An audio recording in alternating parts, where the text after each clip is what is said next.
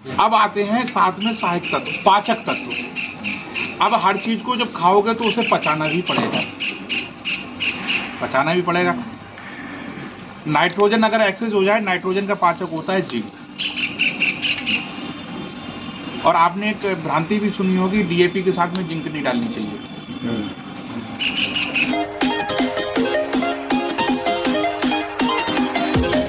नमस्कार किसान भाइयों, मैं जयप्रकाश सिंह आपके देसी खेती जुगाड़ चैनल में आप सभी का हार्दिक स्वागत एवं अभिनंदन करता हूं। आज हमारे दरवाजे पे डॉक्टर राधाकांत सिंह जी आए हुए हैं, जो कि बरेली के रहने वाले हैं। हमने इनकी वीडियो डाली हुई थी, इनके कुछ प्रोडक्ट मुझे अच्छे लगे, मैंने उनको देखा, उनका रिजल्ट देखा। तो आज हमारी सर से मुलाकात है। आज सर हमारे यहाँ आए हैं। देखिए हम लोग अलाव तापते हुए बैठे हुए हैं, हमारे सारे किसान हैं। आप हमारे असलम भाई हैं, हमारे घनश्याम भैया हैं, आप हैं डॉक्टर राधाकांत सर। सर आपका हमारे चैनल पर स्वागत है सर। और आज हमारे किसानों को आप क्या बताने आए हैं सर इतनी दूर से, मैं कुछ आपसे जानना चाहूँगा। बहुत सारी छोटी छोटी चीजें जो हम लोग करते हैं जी, लेकिन वो छूट जाती हैं। जी सर। करते पूरे मन से हैं किसान, कुछ चीजें कर रहे हैं, वो पूरी लगन से कर रहे हैं, पूरी मेहनत से कर रहे हैं, लागत के साथ कर रहे हैं, लेकिन फिर भी उनको वो रिजल्ट नहीं आ रहे हैं। जी। आखिर उनमें कुछ कमियां कहाँ रह रही हैं? जी सर। उन कमियों को एक छोटा सा प्रकाश डालने के लिए जी मैं आप लोगों के बीच में आया हूँ। उसमें कम से कम 150 लीटर पानी लगना ही चाहिए 1 एकड़ में। वेजिटेबल्स में, हॉर्टिकल्चर की सारी क्रॉप में कम से कम अधिकतम 200 लीटर। 200 लीटर से ऊपर मतलब अब होता क्या, अब लोग करते क्या है, 500 लीटर का टैंक लाए, उसमें दवाई 1 एकड़ की, बोले 1 एकड़ की दवाई डालनी, उतनी ही डाल दी। बोले आधा लीटर लगनी है तो वो 200 लीटर में डालो या 500 लीटर में डालो। उनके मन, किसान के मन में ये रहता है।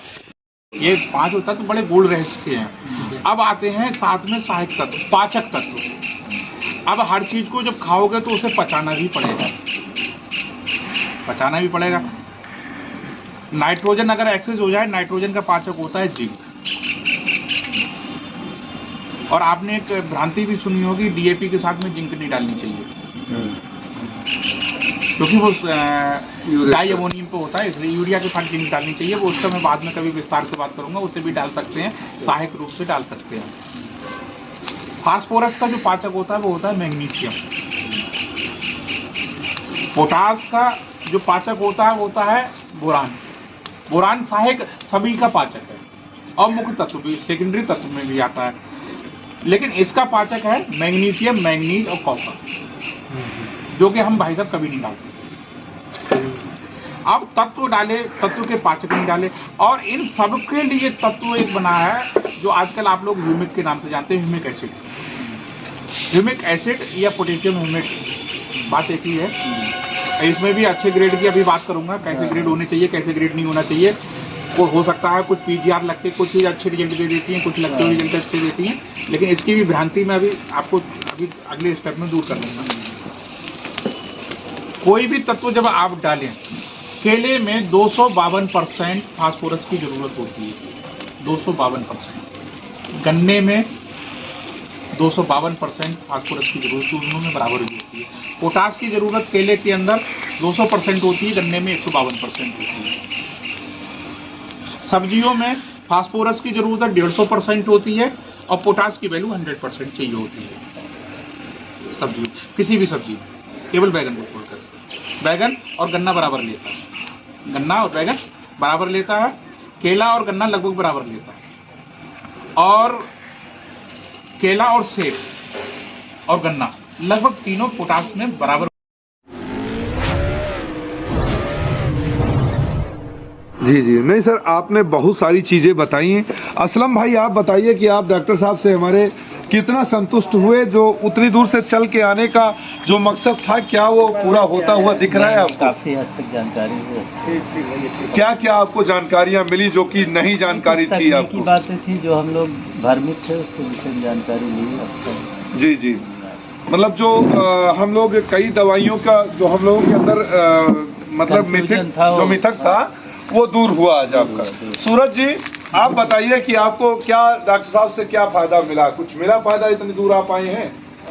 डॉक्टर साहब से हमें सबसे जो ज्यादा जरूरी चीज लगा, जी, जैसे अभी हम हम लोग के मन में यही था कि वायरस का अगर अटैक हुआ जी तो इलाज तो नहीं है उसका, जी। पौधे को उखाड़ के फेंक दीजिए। हाँ हाँ तो लेकिन डॉक्टर साहब से बात करके हमें थोड़ा सा मतलब राहत मिला है कि इसकी दवा हो सकती है, इसका इलाज संभव है। जी जी। तो डॉक्टर साहब ने आपने जो हम लोगों को इतनी चीज़ें अच्छी अच्छी बताई हैं, पहली बात तो मैं उसके लिए आपका आभार व्यक्त करता हूं। और ये भी बहुत छोटी सी गोष्ठी हुई है, क्योंकि हम भी थोड़ा सा परसों आपको पता हम जाने वाले हैं दर्शन करने के लिए, तो हमारे किसान सारे नहीं इकट्ठा हो पाए हैं।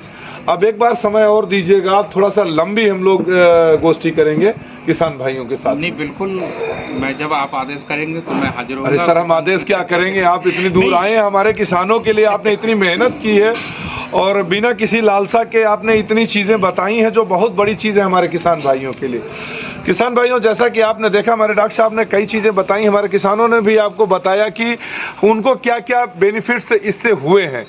तो ऐसे ही मैं डॉक्टर साहब के साथ कई और वीडियो बनाऊंगा, लेकिन अभी समय थोड़ा सा चूंकि शाम का है और ज़्यादा क्लियरिटी नहीं आएगी वीडियो में, इसलिए वीडियो को यहीं समाप्त करता हूं। अगली वीडियो का इंतजार कीजिए, डॉक्टर साहब के साथ बहुत अच्छी वीडियो बनाऊंगा। नमस्कार किसान भाइयों, जय जवान जय किसान।